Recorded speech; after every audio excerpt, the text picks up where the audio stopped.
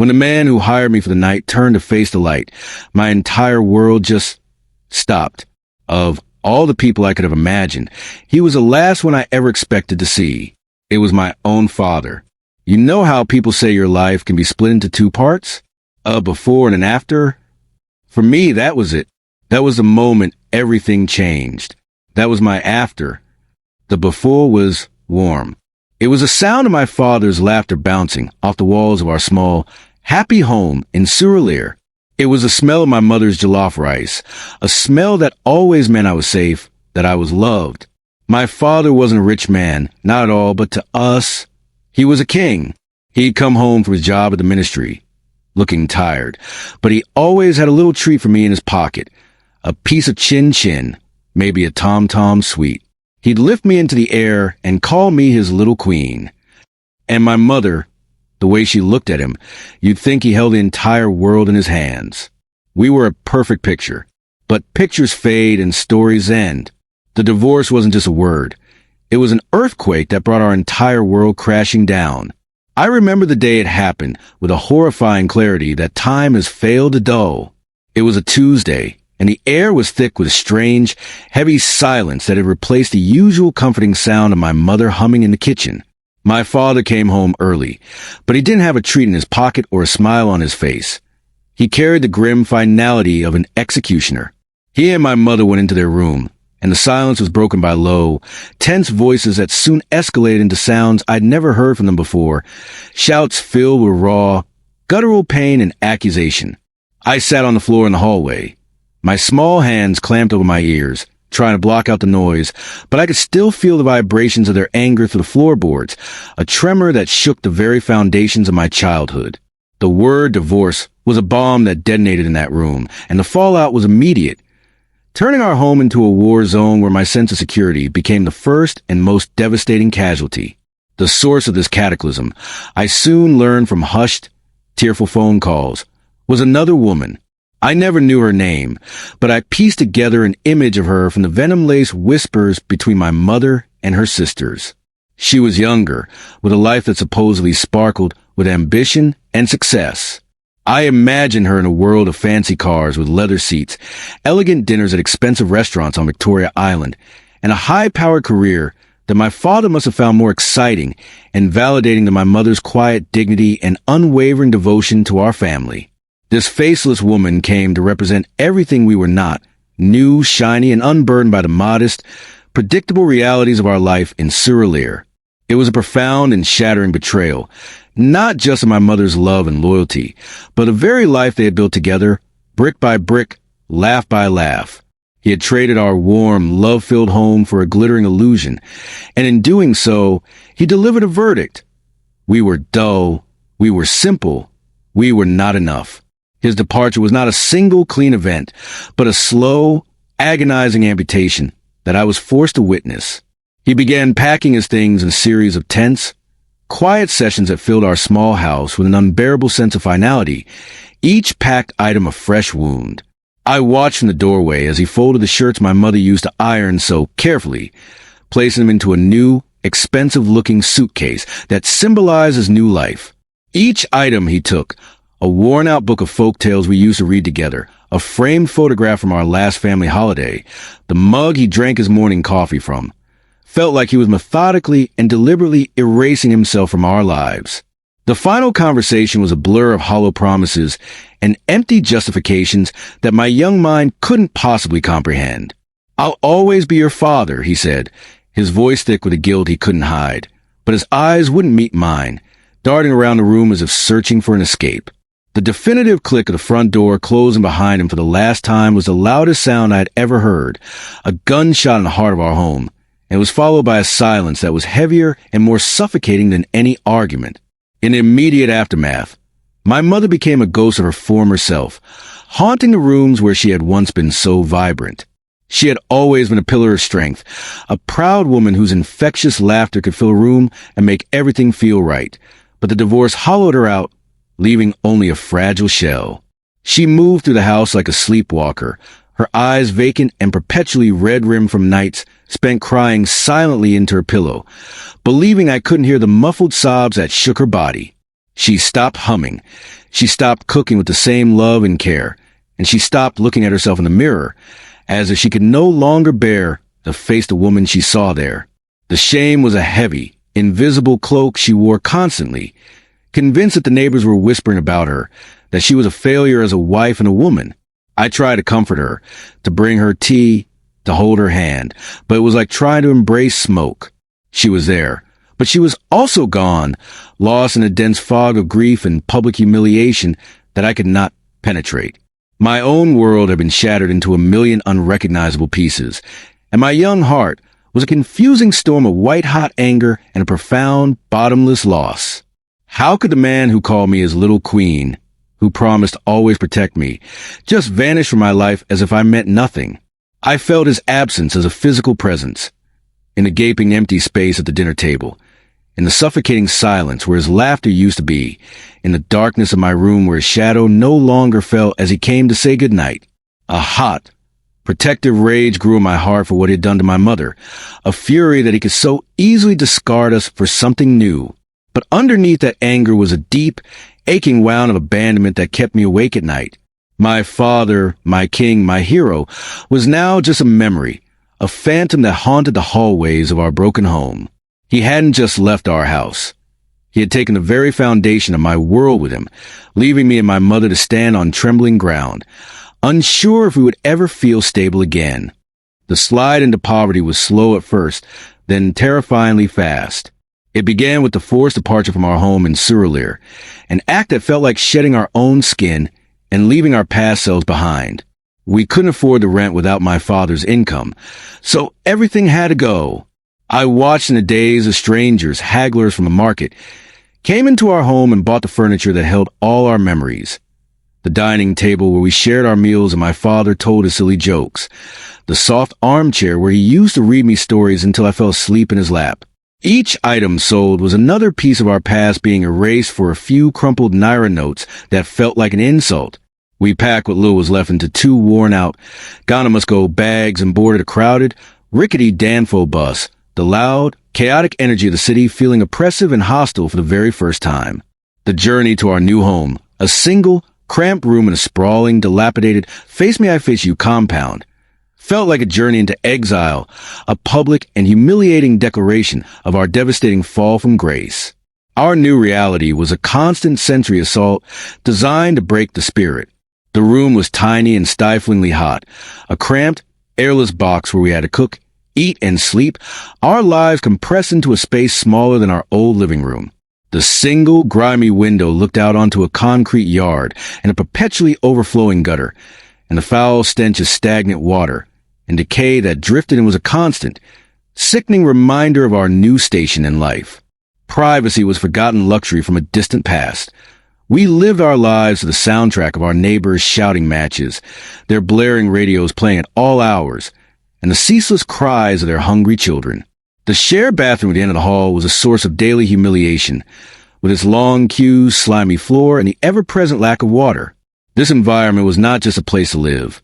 It was a psychological prison that reinforced our helplessness and despair with every passing, suffocating moment. Watching my mother navigate this new environment was the most painful part of my existence.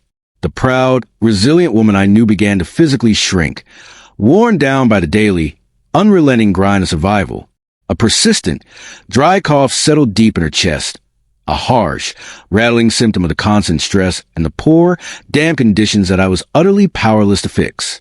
Her clothes, once so vibrant and well-kept, now seemed to hang off her thinning frame, and the brilliant light in her eyes, which used to sparkle so brightly when she smiled, had dimmed to a dull, weary resignation. Her pride, which had once been her armor against the world, was chipped away with every meager meal we had to skip, with every time she had to swallow her dignity and beg the market woman for a little more credit for Gary or palm oil. She tried to shield me from the sheer depth of her despair, but I saw in the long moment she would stare blankly at the wall, her mind clearly miles away in a life that no longer existed, a life that had been stolen from her. Our entire existence became consumed by what I started to call desperate math.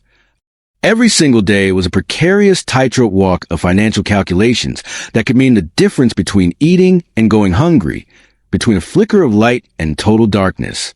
My mother and I would sit on the edge of our mat in our tiny room and calculate, over and over, whether we could afford a small measure of rice and a single bony fish for stew, or if we needed to save that meager money for the kerosene to light our lamp at night. Should we buy the cheap, potentially malaria-ridden water from the communal tap, or risk going thirsty until the next day? These were not choices. They were impossible, soul-crushing equations of survival that had no right answer. This constant, grinding mental effort left no room for anything else. No joy, no rest, no dreams for future. It was a form of insidious mental torture, a constant state of high-alert anxiety that coiled in my stomach and never truly went away. Under the crushing weight of this new life, Lagos transformed from a city of dreams and possibilities into a relentless, devouring monster. The vibrant, chaotic energy I once loved now felt predatory and cruel. The endless traffic jams were no longer just an inconvenience. They were insurmountable barriers that kept me from finding even the most menial jobs, consuming precious time and the little transport money we had scraped together. The bustling crowds on the streets were no longer a sign of life and community, but a sea of desperate competitors, all struggling for the same scarce resources. The gleaming, air-conditioned jeeps of the wealthy that sped past our bus, splashing muddy water on pedestrians on their way to Victoria Island, felt like a personal insult, a stark and brutal reminder of the world we had lost and the world that now seemed to exist only to mock our profound suffering. The city itself felt hostile, an alien landscape where every corner held a new humiliation, and every single day was a battle against a concrete beast that was determined to swallow us whole. The first casualty of our new life was my future. With no money for fees, books, or even a proper uniform, I had to drop out of my classes at school. This was a pain that felt entirely separate from the gnawing hunger and the physical squalor. It was an intellectual and spiritual starvation that left me feeling hollowed out. School had been my one escape, the one place where I could breathe, the one place where I could imagine a different life for myself, a future where I could become a doctor or a lawyer and pull my mother and myself out of the suffocating misery. Walking away from my desk, my books, and my friends felt like a profound betrayal of my own potential, a surrender I never wanted to make. I remember my last day vividly, the look of pity in my teacher's eyes, the hollow goodbyes to my friends who would continue on a path that was now permanently closed to me. This sacrifice was the first piece of my own soul that I had to deliberately kill in the name of survival, and the bright hope I once nurtured for my future was replaced by a grim, soul-crushing pragmatism. My days then fell into a grueling, demoralizing, and fruitless routine, the job hunt. It was a demeaning odyssey that I undertook every single morning with a sinking heart. I would walk for miles under the blistering Lagos sun, my cheap, thin-soled shoes quickly wearing through on the hot pavement, chasing any rumor or whisper work. I went to markets, to small shops, to construction sites, and to the imposing gates of wealthier neighborhoods, begging for any task, no matter how menial or difficult. I will clean your house. I will wash your clothes. I will sell your goods in the market. I pleaded to 100 different faces, trying to sound capable and not as desperate as I felt. The answer was almost always a swift, dismissive no, or worse, a wave of the hand that made me feel like an insect to be shooed away. Some looked at me with pity, others with unconcealed contempt, but most simply looked straight through me, as if I didn't exist at all. Each rejection was another small nail hammered into the coffin of my self-worth, leaving me feeling invisible, useless, and utterly alone in a city teeming with millions of people. The turning point, the moment my desperation finally boiled over, came on a particularly bleak afternoon in the sprawling, suffocating chaos of Balogun Market.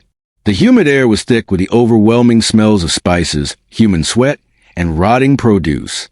As I leaned against the wall, defeated, light-headed from hunger, and on the verge of tears, I overheard two women talking nearby. Their voices were low and conspiratorial, but their words cut through the market's deafening din like a razor.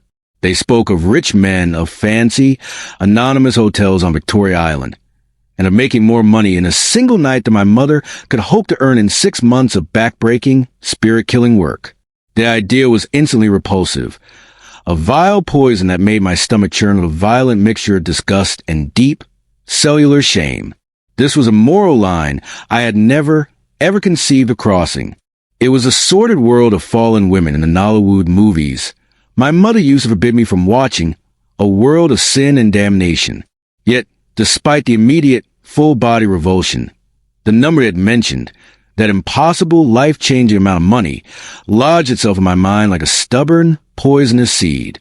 It was a dangerous, seductive whisper that I tried desperately to ignore, but it kept returning, growing louder and more insistent with every sharp pang of hunger I felt and with every rattling cough I heard from my mother at night. An intense, brutal war began inside me, a battle for my very soul. On one side stood the ghost of my father's little queen, the innocent girl I used to be, who valued her pride, her innocence, and her dignity above all else. The very thought what the women were suggesting brought a hot, searing shame that burned my face and chest. On the other side was a stark, undeniable, and haunting image of my mother, her body getting thinner, her cough getting worse, the precious light in her eyes fading a little more each and every day. What good was my pride? I asked myself in a moment of terrible clarity, if I had to stand by and watch her slowly die in front of me. The image of my mother, frail and fading, was what ultimately broke me. Her survival was more important than my pride, more important than my innocence, more important than my soul. With my heart pounding a frantic, terrifying rhythm of doom and my face burning with shame so intense it felt like a physical fever, I made my decision. I scanned the crowded, chaotic market, my eyes searching for the two women. I spotted one of them haggling aggressively over a piece of fabric. Walking toward her felt like wading through thick, deep mud, each step heavier and more laborious than the last, a final, solemn march toward my own self-destruction. When I finally reached her, I could barely speak. The words were trapped in my throat. My voice was a choked, pathetic whisper when I finally managed to tell her that I had overheard her conversation and that I would do it. The woman looked at me not with surprise or pity, but with a cool, appraising cynicism that told me she had seen this brand of desperation many times before. In that moment, I had crossed an invisible, irrevocable line, surrendering a fundamental part of myself to the devouring monster poverty. The preparation for the night felt like being dressed for my own execution, a surreal and dehumanizing ritual. The woman, whose name was Bola, gave me a slinky red dress that felt like a foreign, hostile object against my skin. It was a costume for a role I was not prepared to play, a garish, screaming symbol of my fall from grace. Looking at my reflection in a cracked, dusty mirror, I saw a stranger staring back, a terrified, gaudily dressed girl with huge, haunted eyes that seemed to belong to someone else. Bola's instructions were cold, clinical, and devoid of any empathy or kindness, which only amplified my sense of being an object, a piece of merchandise being prepped for sale. The taxi ride to the hotel on Victoria Island was a silent, stomach-churning journey into another universe. We drove past gleaming office buildings and towering luxury apartment blocks, a world of impossible wealth and power that seemed to exist purely to mock the squalor and desperation I had just come from. The obscene opulence of the hotel lobby, with its polished marble floors, glittering chandeliers, and hushed, reverent atmosphere, made me feel small and dirty, a contaminant, an imposter, in a paradise built on secrets and sin. The hotel room was a cage of suffocating, sterile luxury. The air conditioning blasted a frigid chill that felt nothing like the warm, familiar Lagos air I knew, and it made me shiver despite the heat of my shame. The thick, plush carpet muffled all sound, creating an eerie, tomb-like silence that was more terrifying than any noise. When Bola left, giving me a final, disinterested look, the sharp click of the door locking behind was the most horrifying sound I had ever heard, the final, metallic sound of a trap snapping shut. I was left alone with the frantic, deafening thumping of my own heart, which felt like it was trying to beat its way out of my chest. My palms were slick with cold sweat, and my mouth was as dry as dust. I began to pace the enormous room like a captured animal, my mind a chaotic whirlwind of shame, terror, and a desperate, last-minute urge to smash a window and flee. But the image of my mother's gaunt, tired face was a chain, rooting me to the spot, forcing me to see this through to its bitter, soul-destroying end. I heard the distinct electronic beep of a key card in the door, and my breath caught painfully in my throat. A man walked in, his back to me as he closed the door behind him. He was well-dressed in an expensive, dark suit that smelled faintly of cologne and success, and he carried himself with an air of easy authority that immediately intimidated me. He started talking before he even turned around, his voice a low, confident rumble as he spoke about his long, tiring day at a board meeting. There was something in that voice, not just the rich sound, but the specific cadence, the particular unconscious way he would clear his throat before starting a new sentence. That was chillingly, horrifyingly familiar. These were the intimate, unconscious mannerisms of my father, the familiar sounds that had once been the comforting soundtrack to my happy childhood. My mind recoiled in violent denial, desperately trying to convince itself that it was just a coincidence, that my heightened fear and anxiety were manufacturing phantoms from the past. Turn around, I managed to whisper, my voice trembling, terrified of the answer I already felt deep in my bones. He sighed, a sound of weary entitlement and exhaustion, and slowly turned to face the soft, warm light from the bedside lamp. In that single, sickening instant, my entire universe fractured. Time didn't just stop. It shattered into a million frozen, jagged shards of pure horror. The face staring back at me was older, more tired, etched with lines of stress and success that I didn't recognize, but was unmistakably, undeniably him. It was my father. The most agonizing part was the first second of his gaze as it swept over me. He didn't recognize me. His eyes held a detached, appraising look, the indifferent, calculating look of a customer examining a piece of merchandise before a purchase. In that single, horrifying, soul-obliterating moment, I understood the full, absolute depth of his abandonment. He had not just left us. He had so completely and thoroughly erased us from his life, from his memory, from his conscience, that he could stand in a hotel room with his own daughter, dressed in a harlot's red dress, and not even know who she was. Then, after an eternity that lasted only a second, something in his brain finally clicked. His eyes, which had been glazed over with casual indifference, suddenly focused on my face with intense, searching confusion. I watched, frozen, as the dawning realization spread across his features like a slow-motion car crash. The confusion morphed into a stunned disbelief, and the disbelief curdled into a ghastly, pale horror that seemed to suck all the life from him. The color drained from his face, leaving it a sickly, ashen gray that matched the expensive hotel walls. His mouth fell open, a silent O of shock, but no sound emerged. It was as if the shock had stolen the very air from his lungs, suffocating him. And then, finally, a sound tore from his throat, a choked, strangled whisper my name. Tiniola? It wasn't a question. It was a curse, the sound of the ghost from a life he had murdered suddenly appearing before him, demanding a terrible reckoning. His horror was a perfect, sickening mirror of my own, and in that shared, deafening silence, the full, unbearable weight of our family's tragedy collapsed upon us both. The moment the wretched sound of my name left his lips, the spell of frozen horror was broken, violently replaced by a frantic, primal need to escape. 1 second I was a statue of pure shock. The next I was a blur of raw panic, scrambling for the door as if the room were on fire. My limbs felt clumsy and uncoordinated, my hands shaking so badly that I fumbled with the smooth, cold brass of the doorknob. He called my name again, his voice no longer confident and rumbling but cracked and broken, a pathetic, pleading sound that only fueled my desperation to flee. I didn't look back.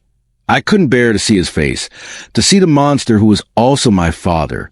I burst out into the plush, silent corridor, my ragged, desperate breaths echoing in the unnatural stillness. I ran past a hotel staff member pushing a cart, who gave me a startled, questioning look, my shameful red dress, tear-streaked face, and wild eyes telling a story he couldn't possibly comprehend. The cool night air that hit me as I pushed through the hotel's heavy main doors felt like a physical blow, a harsh slap of reality that did nothing to wake me from the waking nightmare I was now permanently living. The next 24 hours passed in a blur of numb, disassociated shock. I have no memory of how I got home, whether by bus or on foot. My mind has mercifully erased the journey. I only remember curling up on my mat in our tiny room, the cheap, hated red dress still on, feeling utterly defiled, as the fabric had fused with my skin. The following afternoon, a message lit up the old cracked screen of the phone I shared with my mother. It was an unknown number, but my heart sank with the cold certainty of who it was from. The text was curt, cowardly, and devoid of any emotion. An address for a quiet, inconspicuous cafe in Acadia, and a time for the next day. The thought of seeing him again filled me with a churning mixture of ice-cold dread and a slow-burning, righteous fury. When I arrived, he was already there, hunched over a coffee cup in a secluded corner, a caricature of a powerful man. The confident figure from the hotel room was gone, replaced by a hollowed-out, shrunken shell. He looked a decade older than he had the night before, a broken man drowning in the expensive suit he wore like a costume. He couldn't meet my eyes, staring intently at the dark wood of the table, as if it held the secrets to his own damnation. The silence that stretched between us was a living, breathing thing, thick and heavy with years of neglect, oceans of unspoken pain, and the fresh, raw, nuclear horror of our encounter. He finally broke it, not with real apology or an explanation, but with a series of stammered, incoherent phrases about being sorry, about not knowing, about how his life had become complicated. Then, he slid a thick, white envelope across the table. It landed in front of me with a soft, final thud that echoed the sound of my soul hitting rock bottom. I knew what it was without looking. It was money. Blood money. It was the price of his suffocating guilt, the price of my innocence, the price of his silence. It was a pathetic, insulting attempt to buy his way out of the hell he had single-handedly created. I stared at the pristine white envelope, then at a pathetic, downcast face, and felt nothing but a cold, hard emptiness. My silence was my only power, my only weapon. Without a single word, I took the envelope, stood up, and walked out of the cafe, leaving him alone with his shame and his coffee. Returning to my mother, to the reason for all of this, was the next great trial. I couldn't possibly tell her the truth. The story of that night, of who the man in the hotel room was, would be the final, killing blow to her already fragile spirit. It would have utterly destroyed the last, sacred memory she held of the man she once loved, poisoned the before forever. So I constructed a careful, painful lie, and the words tasted like ash and poison in my mouth. I told her I had found him, that I had sought him out and confronted him about his abandonment, and that, overcome with a sudden wave of guilt, he had given me the money to help us get back on our feet. She cried when I told her, tears of overwhelming relief that our financial struggles were finally over, but also tears of something else, perhaps a flicker of misguided, tragic hope that he still cared, that a piece of man she married still existed. That lie became a new, terrible secret I had to carry alone, a dark, heavy wall between myself and the very mother I had done this to save. That dirty, shameful money did what it was supposed to do. It saved us, at least physically. We left the suffocating room in the compound and moved into a small, clean two-room apartment with its own kitchen and bathroom, luxuries that felt like a palace. I bought my mother the expensive medicine she needed for her persistent, rattling cough, and with proper nutrition and a safe, clean place to rest, the cough finally went away.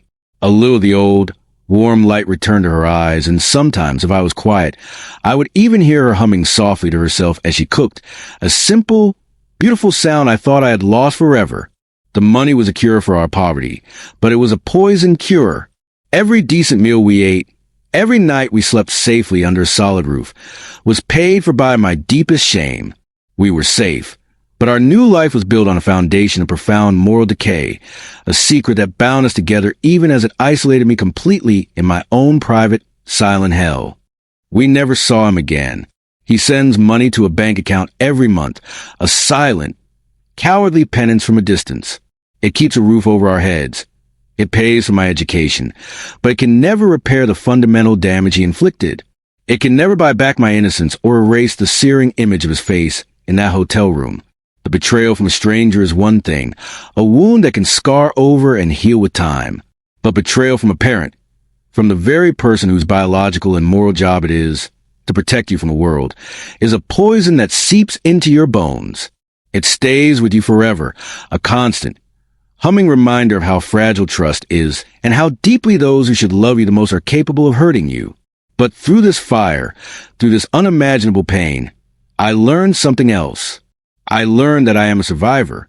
My mother and I, we are building a new life now, a quiet, simple life that belongs only to us. It's a life built on top of a terrible, dark secret, yes, but it's also built on the fierce, unwavering love I have for her and the impossible strength I discovered within myself when I had nothing left. We survived the worst that fate and my father could throw at us. I'm not his little queen anymore. That girl is gone forever, lost somewhere in that cold, opulent hotel room. I am my own woman now, forged in the fires of betrayal and rebuilt from the ashes of my past. What about you? Have you ever been let down by the one person in the world who was supposed to protect you? I'd be interested to read your story in the comments below. And if this story meant something to you, please like and subscribe for more.